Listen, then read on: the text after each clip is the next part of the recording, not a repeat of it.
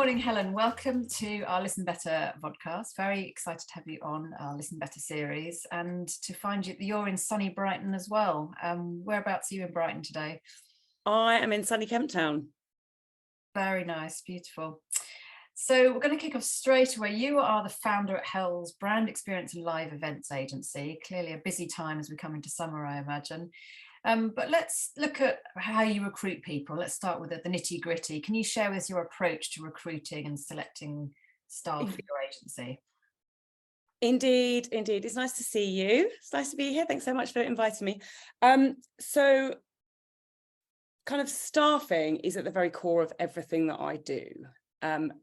It's all about people powered activations in the kind of the essence of the agency. So finding the right people is absolutely crucial. I'm super fussy about who the agency employs and who we employ, because they're representing not only me but the brands that we work with. So the process is, there's a lot of hoops. We get them to jump through a number of hoops. So we're looking for people who have got huge amount of personality, not necessarily shouty, but people who are really excellent at communicating and who are passionate about talking to people in a kind of authentic way. So we get them to do all sorts of things before they actually get their metaphorical wings. So the recruitment process is, they make a profile, giving us lots of information about their skills and what's their interests. Then we interview them. So either myself or my business partner still interviews everybody, because we do, and I'm not just going to let anybody through the door. So it's kind of that's one of the kind of USPs about the agency. We then do a kind of really lovely interview. They understand about what we're trying to do as a business, what our approach is. We find out more about them. We do some kind of soft skills and some group work.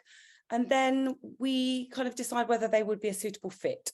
Then we get them to do some online training, some psychology of marketing, some health and safety, all of those sorts of elements, so that they really understand what they're letting themselves into.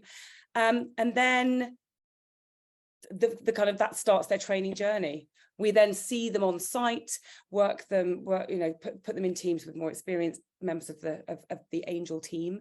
And then, the next stage of training could be anything from team leader training to front of house training to specific brand training. So there's all sorts of things. So basically, if you're coming to us, you're not just getting any old bod, you're getting somebody who's actually got some real sense of understanding and enthusiasm. And because they've jumped through so many hoops, our compliance rate is excellent. So we've got, really, really engaged, brilliant angels. It sounds like you've developed a really lovely culture, that those that are a Hell's Angel, I guess we're calling them. The angels, yeah. Really feel part of something, and that training. Do you think that's unusual in the hospitality and brand promotion arena? I think there's some agencies that do it, absolutely, but there's a lot of agencies that don't. Often there's a number of agencies who've got kind of enormous databases, tens of thousands of staff that they all say they know, which is simply not possible. So we actually keep a very lean and active book, which means that we know all of our angels, we know what they're good at, we're able to really handpick them in terms of the jobs that we're working on and the brands that we're working with. So we're able to really identify specific skills and specific personality traits that work really, really well with those brands, which does in turn mean that we know our angels, they feel valued. So that whole kind of culture is one of inclusion and they feel listened to, and the welfare is really important. So I think we are absolutely the best at what we do and the best that we can be. We listen to our staff, we listen to our angels, and they feel in turn that they want to do a really good job for us. So it's kind of, it makes sense, doesn't it, really? Why would you not? And in terms of the size of the operation, you mentioned the book. So I take it that means the number of people that you could call upon for different events. So describe the sort of the makeup of your team? So in our HQ team, we're now a team of 10. In COVID, we were up to 20. Now, obviously that the COVID years that we suffered, we had a book of about 1,500 field staff at that point, and then during COVID we probably went down to about 200. So it was a really, a crazy time for all of us, really. We're now back up to 800. So lots of our angels have come back, and we've also we've kind of now trained a whole load of new fabulous talent who bring youth and excitement, and so we've got a very sort of really lovely balanced book of old angels and new angels, which is really lovely, and we're introducing a whole load of new people into the industry. So yeah, about 800, and that's nationally. So we're obviously London centric, because a lot of the brand activations and the work that we do is London focused, but we've got angels all over the place. You mentioned pandemic, and I wanted to come on to that. So, I mean, hospitality was severely impacted. Everything shut down, as we know. So what measures did you take? You mentioned you shrunk the team, but how did you survive those lockdown months? What did you do to... God, drinking a lot of rosé. No, we yeah, it was a really, I mean, we had an incredibly robust, fabulous pipeline up until the 20th of March, when the entire year's worth of work completely fell away. And because a lot of the team that we have, a lot of our angels are actors, musicians, artists, they in turn, their work, the West End closed down, or the restaurants that they worked in also closed down. So the whole of the kind of that industry was completely desperate. So a lot of our angels left the city, went back to live with their parents, or went to, changed industries, moved into different things, so what we did, and what we felt really strongly about, was we communicated with our angels.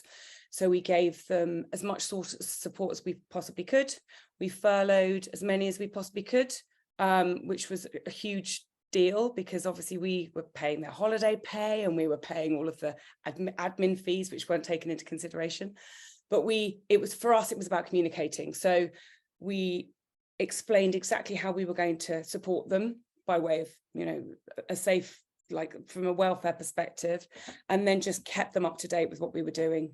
So they felt, so after the pandemic, they came back, and actually it was a really horrible time during the pandemic, but afterwards they all, came back and said that we were one of the very few agencies that actually did that, and kept them, gave them a lifeline.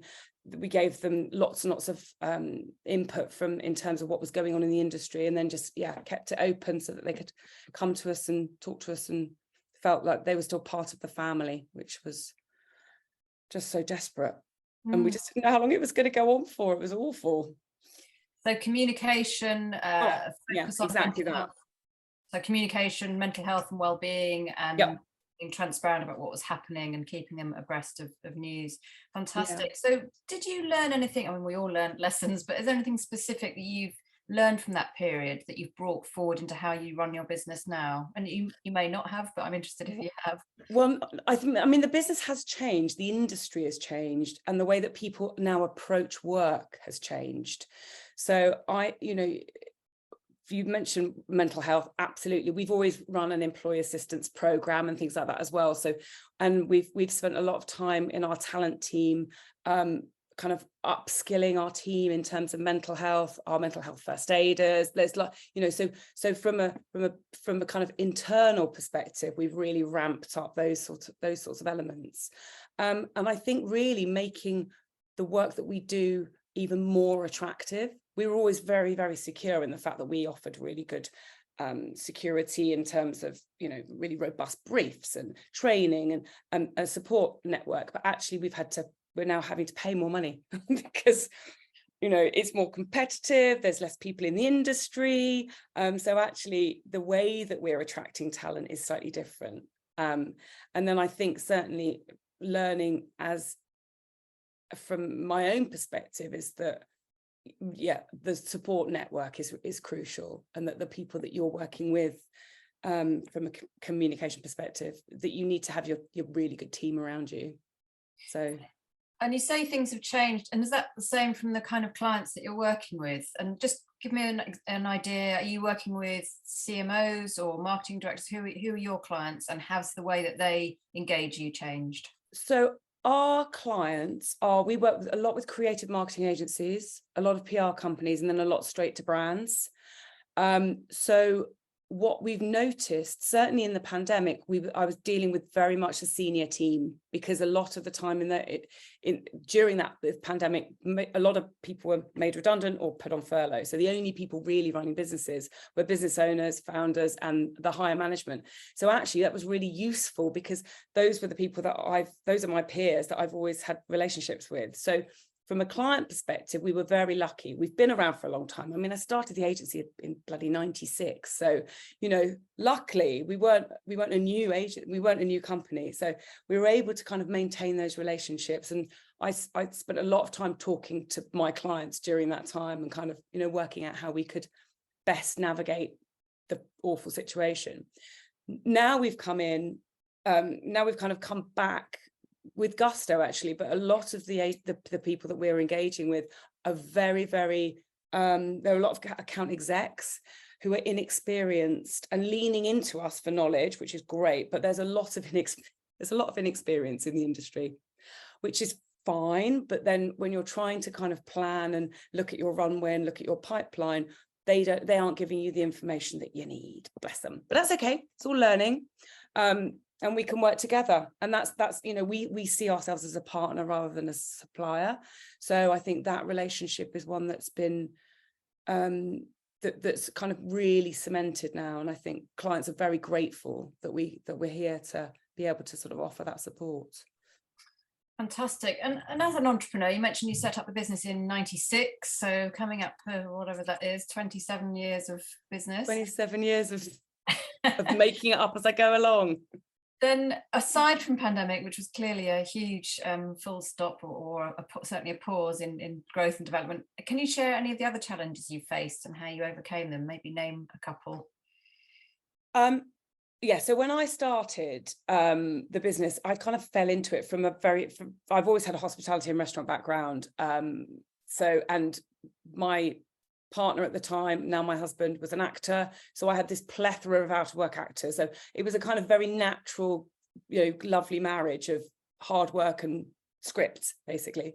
But as an entrepreneur dealing with people, the cash flow, oh my God, cash flow, that was one of my main issues. And also kind of what I've really recognized now is that I'm a mentor and have been a mentor for many years. And there wasn't that opportunity to have, you know, sort of lean into people and learn from people, because everybody in marketing and experiential, I mean, the word experiential didn't even exist, but was really kind of making things up as they went along. So, which is brilliant from a risk-taking perspective, because I look back at some of the things we did and think, oh my God, thank God nobody died.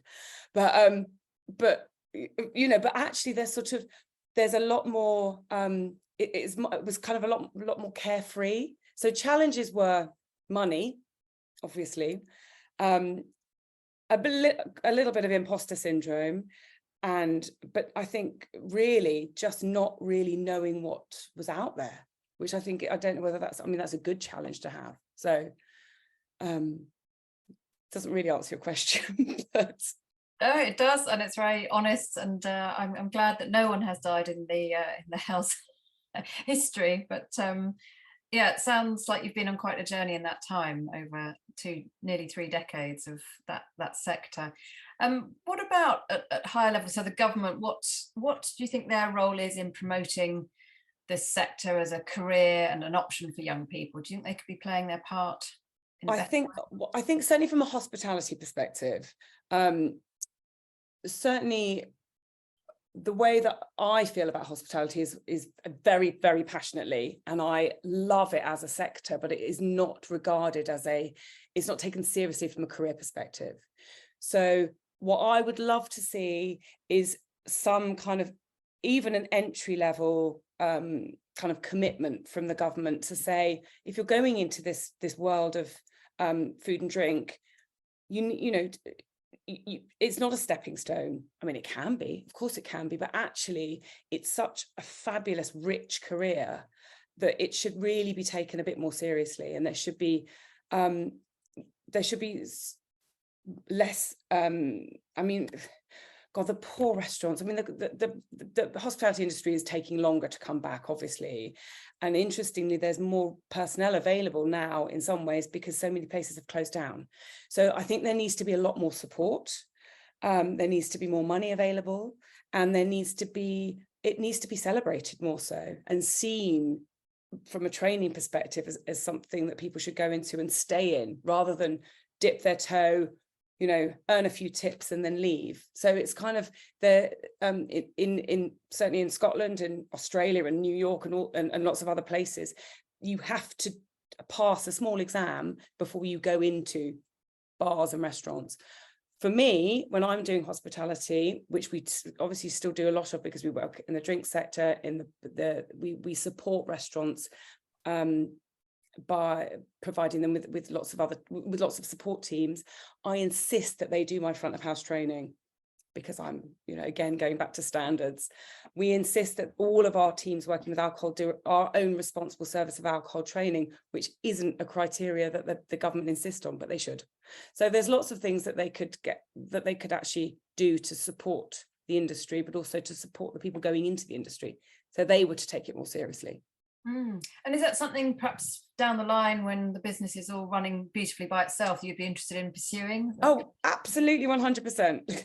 So political lobbying. And yeah, exactly. Certainly in Brighton. I mean, Brighton, there's some incredible front of house people in Brighton, but there's also there's a big lack of training, and a lack of I could certainly step in.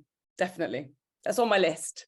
Fantastic. And what message, we'll finish up shortly, but what message would you give to someone considering pursuing a career in this area? What key skills and qualities would you suggest that they need to develop? Well, I mean, from an experiential perspective, there are so many events to see. So go and explore. I would really look into getting a mentor, because I think mentoring in this industry is hugely beneficial. The mentor community is so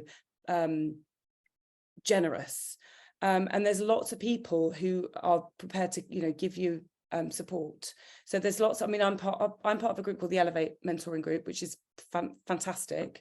But just, and also speaking to people, there's lots and lots of agencies, as we said. There's lots of big agencies that some of them are good, some of them are not so good. But if you want to get involved in working in this kind of business, then talking to people on the ground, because then they are the best ambassadors for the agencies to get involved in and the jobs to do. And visit my website. That's a big plug, isn't it? I love the idea of Elevate. Just tell me briefly about that. So Elevate are a non-profit organisation where they match mentors and mentees. It started 7 years ago with about, 20 or so of each. And now I think this year there's about 130 pairings. It's run by 3 fabulous, gorgeous people, Mel, Max and Peter. And I'm in my 5th year, I think. And my mentees have just been extraordinary. And actually the community, as I say, it's really, there's incredible amount of training that is available, and everything's free. You give up your time, but so do they, and everybody's is very happy to share. And actually it's a brilliant initiative, which is just growing from strength to strength. So I would recommend it. Thank you. I really, really like that. I'll share the links with yes, the blog company. I'll hook you up. Fantastic. And then finally, what message do you want to give to your existing angels who have won their wings? Because I'm just so proud of them. So we've just won an award for Staffing Agency of the Year, which was incredible. And within the industry, that's a really big deal. So I was, absolutely thrilled to bits. I'm just incredibly proud of the team. The feedback that we get back from clients is extraordinary. The feedback that we get from our team leaders and our event managers about the way that the team are really, really engaged just makes me really happy and really proud. And we're always looking for new angels, but we don't take them all on. Obviously, they've got to be good. I'm just really proud of them. Well, I'm going to submit my application next week, I think. Please do. I want to get my wings. See if you get through. Helen, it's been an absolute pleasure talking to you Oh, thank you. and hearing more about your world. Best of luck with the busy summer season ahead, and Yep. hope to see you in the sea sometime. I understand you're a sea swimmer too. Indeed, I'll see you there. Nice to see you.